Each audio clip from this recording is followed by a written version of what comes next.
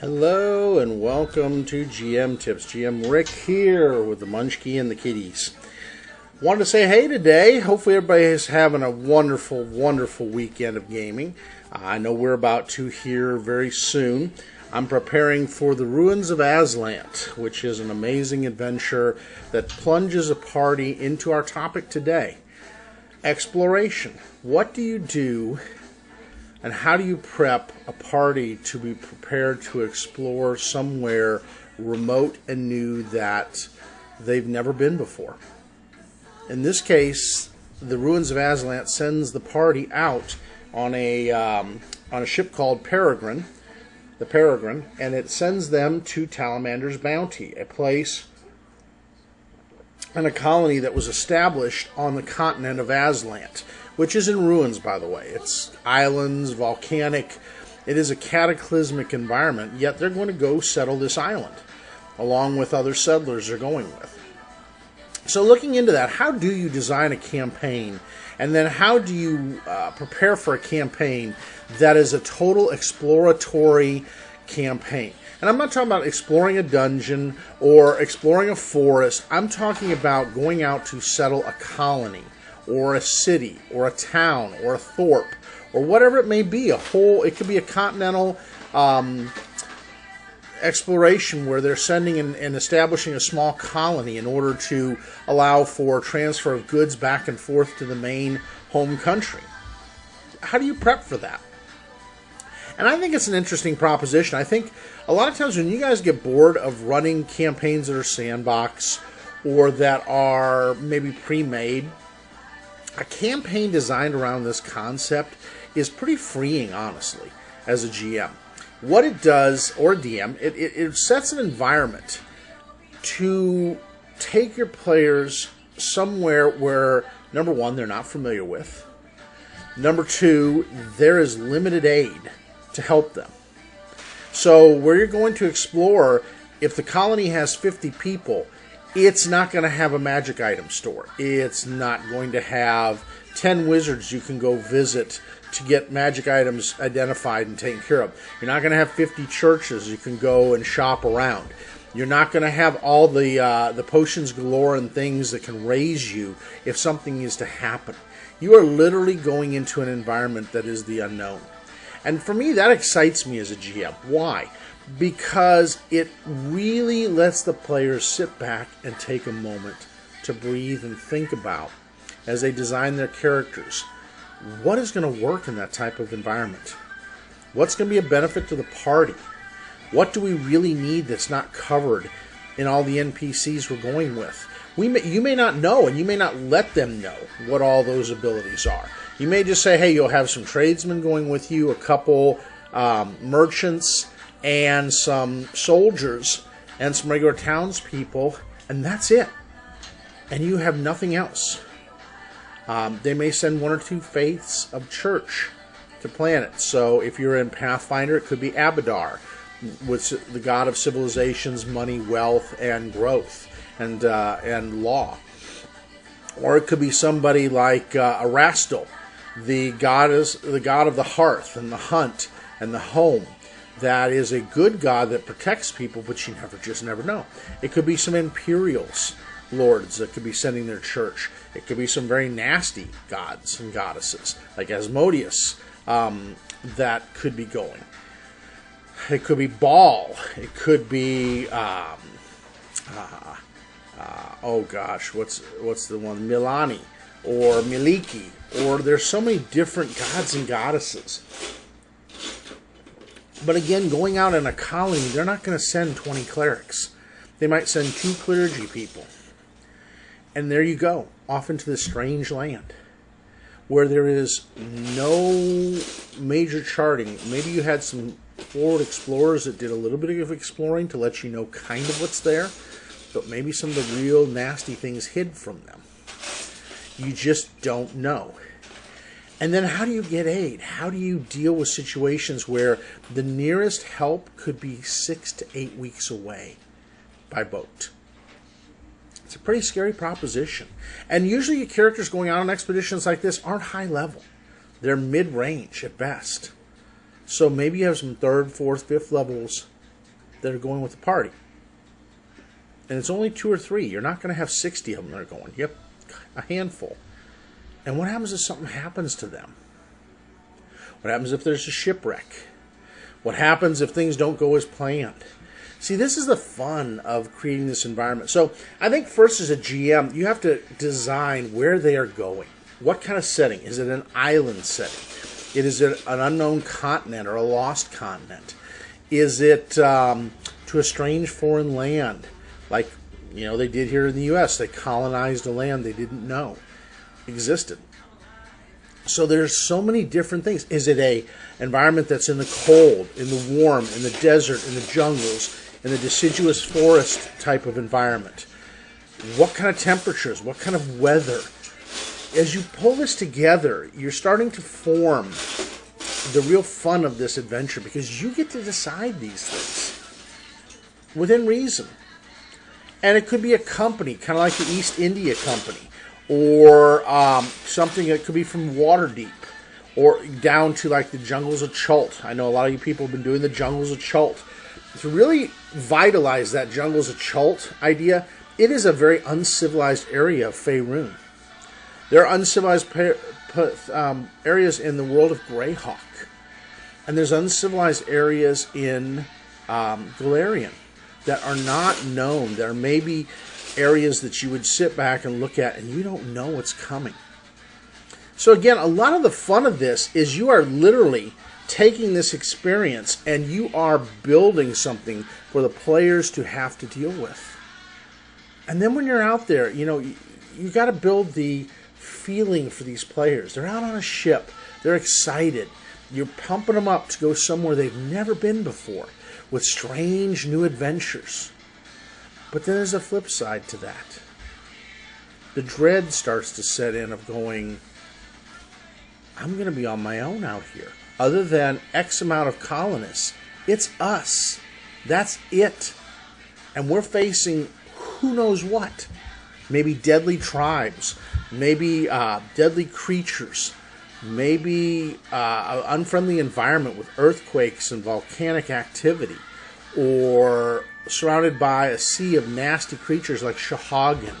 Or other types of creatures. Now again, you can do this in a modern campaign as well.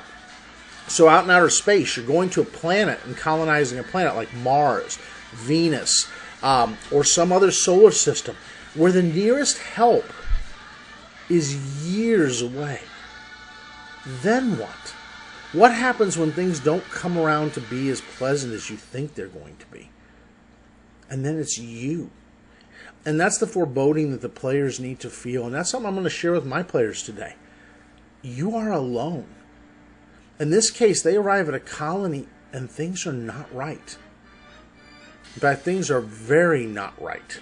They're sent as a forward party to check out what happened to the village. So think about that. What would happen if you're coming up to the shore and you see no fires? You see no sense of civilization.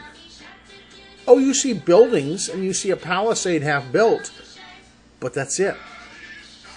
You see grown crops, fields that are empty, and then what do you think? So you have to really build this up for your players, a suspense. And I'm telling you, GMs, don't forget the suspense factor. I think the party loves this adventure so much because there is such a level of suspense and dread of what happened. Why is it this way? We have a druid in the party. She's so funny. She's like, well, where's the profit in this? I want a profitable venture. She's a little bit about profit. A little different druid than your standard druid.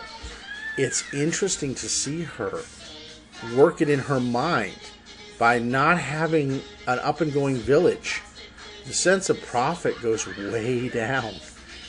And that confounds her, and it messes with her mind. And I love that Adresti is playing her that way. It's that, wait a minute. And then the feeling of superiority, well, I can always take over here as governor, even though there's already a replacement governor on the ship. It's kind of the coolness that these players are starting to think that way. And they're starting to get it in their head that things aren't right here. And my supplies are limited. My rations are limited. The ship can hold so much food, usually a couple months worth until crops are up and going. And then you have to hunt and forage and find and hopefully not get eaten by the things on the island. Now in this case, our characters are first level, and I love that even more. And I think as DMs and GMs, we really don't do enough with first level characters. It's really cool to be that adventurous character that had a little bit of a background, but you're not as powerful as you thought you are. And now you're having to deal with all these different aspects. And it's really, really haunting, but at the same time really exciting. You live on the razor's edge the whole campaign. Because think about it. Even if your campaign gets going, even if you establish that small village, now you have to have it survive. Survive the hazards, the typhoons, the storms, the tsunamis, anything else that can occur out there, pestilence, invasion by different tribes that are hungry for your party's food and for them, that want to take them maybe prisoner. Cool concepts, isn't it? And what I like about it is it always is fresh every week. There's not a week that your players aren't going to be on edge. Think about that. Put yourself in their place. You're going to this strange land to try to set it up. It's like many settlers have done in the past when they go on ocean voyages to a strange land, not knowing what to expect, not knowing if they're going to get purged out of that land. It's really daunting. And yet at the same time, so full of exploration and adventure. Yes, Munchkin? Oh, cool. Just be careful with it, okay? Mm-hmm. All right, go play. So, for me, as a GM, I love that idea. I thought of a lot of different adventures and established lands, and those are great and all, but there's just something to be said about exploring and being an exploration campaign and a colonization campaign. How will you colonize? Will you take slaves? Will you not take slaves? Will you work with the locals in the area? Will you fight the locals for their lands and their valuables? Will you be like the conquistadors, or will you be more benevolent when you go in? Will the natives be benevolent to you, even if you're benevolent? Or do they have plans of their own? These are all things you can establish. New languages. Think of the language barrier. Yes, there are spells that can help you to overcome that, or technology if you're on, exploring a new world. But there's still the barrier, the cultures, the customs. It's so unique and different, and so daunting at times. But yet that's the great part. Maybe something speaks a language and they don't. So now you have to open dialogue. How do you deal with that? This is where the skills come in. This is where the feat rolls come in, and the different aspects of your characters. This is where you really get to role play. Put yourself in their shoes and literally think, what would I say if I was confronting somebody who is sprechen Deutsch, or Я говорю по-русски, speaking Russian, or speaking Arabic, and you have no clue even the beginnings of that language. So say you go into an area and they're speaking Farsi, and you're going, what? I speak the Queen's English. Or you speak some other language. Then you don't know, and you're trying to communicate and build that level of communication, but they can be totally hostile to you and you don't even know it. These are the things that you really get to play in. Unique new monsters. Maybe there's monsters your players have never come across.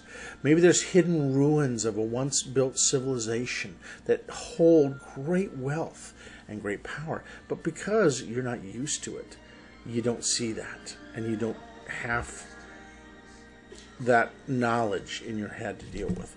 And see, folks, that's where, when you run and you GM and DM, this is where you really come into your all. And for me, as you can tell, I'm excited. To me, it excites the living daylights out of me. Why is that? Because for me, it's new too. It's fresh. I have to think of ways of what's going to happen today. what is it today going to be for them? Is it going to be sunny and hot? Is it going to be just stormy and nasty? Is it going to be a darker day where the day just kind of has a gray malaise to it and creatures creep in the very corners of your mind? Are there dangers there that the party has no clue, that are ancient horrors? Maybe it's an ancient dragon. Maybe it's an ancient alien creature. Maybe it's an ancient thing from the Underdark that's come up and is ruling this land, or a cult there that they don't even know about. And this is the great part of each day. Each day unfolds with another day of adventure and survival. This is where survival skills come in handy. This is where you might want to track something, but the tracks are so old and foreign to you that it doesn't even register what kind of creature this could be. You might deduce it down to a family or a species, but you may not know what it is. So this is really cool for me. This is exciting for the characters. It really is a non-ending sense of creation. So even if you're a young GM or DM doing this, or an old veteran, or somewhere along the way, now you're exploring a whole new concept for you, because you're taking people where they haven't been. And there's something to be said about the unknown in exploration. You can use a lot of fear and dread things. So, like Call of Cthulhu uses that to work on the sanity and psyche. Imagine being out there and you're growing things and something is stealing your larder of items. And as time goes, it gets harder and harder. And you're trying to hold out until that first harvest. But people are grumbling. There is dissent in the colony. And factions are starting to form. And fear is rising. How do you, as a player, handle this? Do you shoot people? Do you impose martial law? Are you trying to negotiate with people? Are you trying to keep your own sanity while working to help others to keep their sanity? Will people run screaming into the jungle? Again, no one knows. But this is the fun. This is the edge. And this is where you're taking these characters. What kind of supplies do they plan for? Are the supplies good after a month? Did something horrible happen that destroyed the ship or destroyed the storehouse? Imagine somebody coming in and lighting fire to the storehouse where the hammers, the tools, the nails are. Now you have to craft things. What if they broke the anvil of the forge? How will you survive until the next set of supplies come in 6 to 8 weeks? See where I'm going with this? What if somebody steals the tools and then the party has to deal with that? What if there's not a healthy source of water near where you settle? What if something poisons that source? Maybe sulfur coming up from a volcano that poisons the water itself to where you can't drink the water. Then where do you go for the next source? See where I'm going with this? There is so much that hangs it on the edge. And you as a GM can run with this.